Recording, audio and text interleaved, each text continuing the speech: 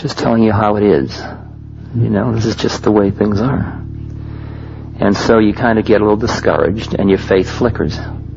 Because you had the experience, you thought you knew, you took a stance to represent how you thought it was, and then suddenly it's all dead. And horrible, and ugly, and empty. And your faith flickers, and you say, I've lost it. And at times when the faith flickers and you're part of an organization or a belief system or a technique, that's when you become more fanatic. In order to reinforce your flickering faith, you try to convince everybody else that it's true. So when you feel that fanaticism in another human being, you almost know immediately that their faith is flickering. Because when the faith in what you're doing is perfect, when you just are what you are, you don't have to convince anybody of anything. Faith flickers, and it's often followed by what's called the dark night of the soul. I lost it. You have depression. And then you say, well, I'll just go back into the world because the whole thing was phony anyway. The whole spiritual trip was a hype. And all those people in the world that said there was nothing to it were right, because I've lost it and I'm not going to get screwed by not having anything. At least I'll have the world. So you go back into whatever part of the world you can grab onto again. And that's called, as Krishna Das once said to me, the phony unholy as opposed to the phony holy. Because the problem is that once it's happened, you can't forget it. You might try, you might sit at a bar and drink and lust and talk about soccer and fast cars and look for rushes and trips and more rushes and trips.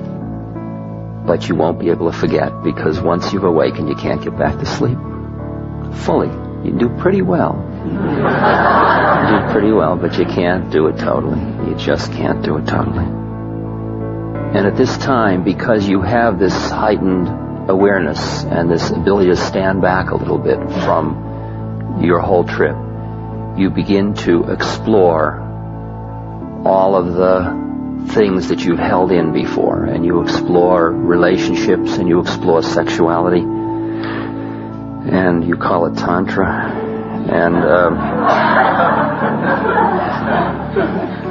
and you sort of see what you can get and what you can enjoy, and you come back much more into enjoying. You see, the problem was that a pendulum must swing, and when you first have the experience that awakens, then you read about the spiritual models, and you hear about them, and you buy them with your mind, because the Western intellect is so leading the heart that you tend to buy how you ought to be ahead of when you're there. So you buy that I ought to be, say, a renunciate, and a horny celibate is no closer to God than a person that is acknowledging. In fact, the person that's acknowledging their lust is, from my point of view, closer to God than a horny celibate. And so after the pendulum went to one side of appearing to be something, the phony holy, now it swings the other way, and there's the phony unholy. Because you pushed away your fascination with the world prematurely, and you're still fascinated. You still want to know what's happening. You're still looking outside in the world for something. You're looking for love, you're looking for relationship, you're looking for stimulation, you're looking for knowledge, you're looking for a titillation. And as long as you're looking for any of that, you're pulled into the world. As long as there's anything that your eyes can tell you, or your ears can tell you, or your nose, or your tongue, or your skin can tell you, or your thinking mind can know, you're still being pulled into the world. And there's no way you can make believe that you are not and get on with it. You've got to be the incarnation you are. And the more true you are about where you are, the faster the transformation happens. That's the karma of it. I'm just describing karma. I'm not talking about will. I'm talking about karma. I know lots of people who went through an awakening, joined groups, chanted, prayed, went to ashrams, and now they are scuba diving and having cars, fast cars, and just living very much in the world and looking for more and more trips and more sexual exploration with their extended marriages and so on. And I see them having to have a certain state of mind of a slight cynicism they have to hold on to be able to play that one out. But they have to play it out, and when they finish playing it out, they will be done. And you can feel that they've finished, but they don't want to give up. You try to milk it for one more rush, one more trip. Just I can get a little more out of it. I mean, it was good all those years. Why not once more?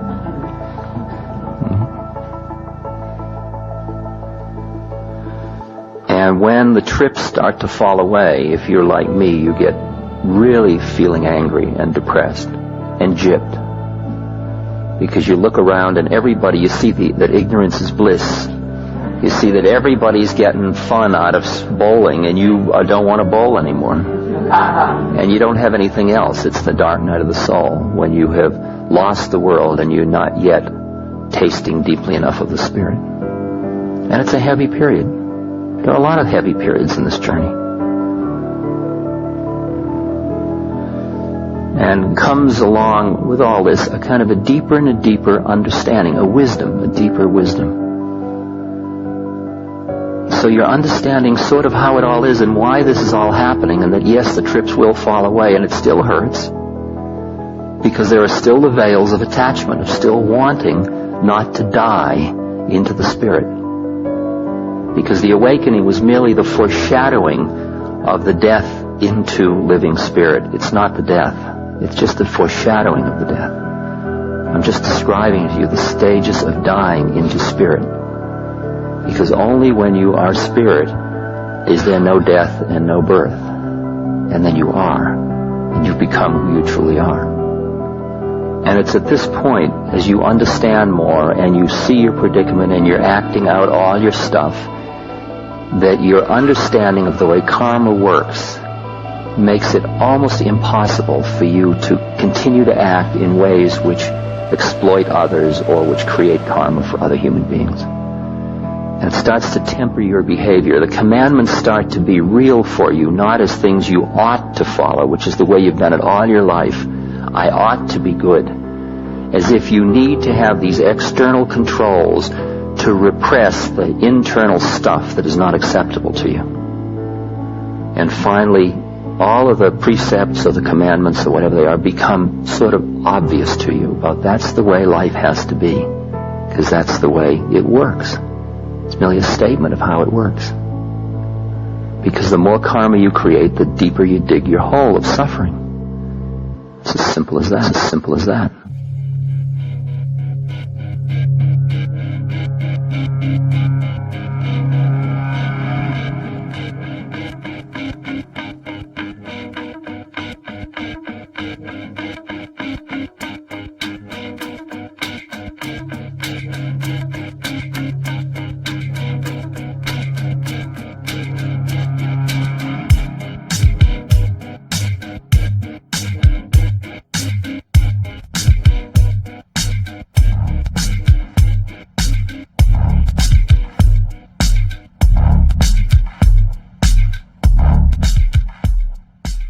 Say woof again! Say woof again! I've got one that can see. This is my kung fu, and it is strong. See you later.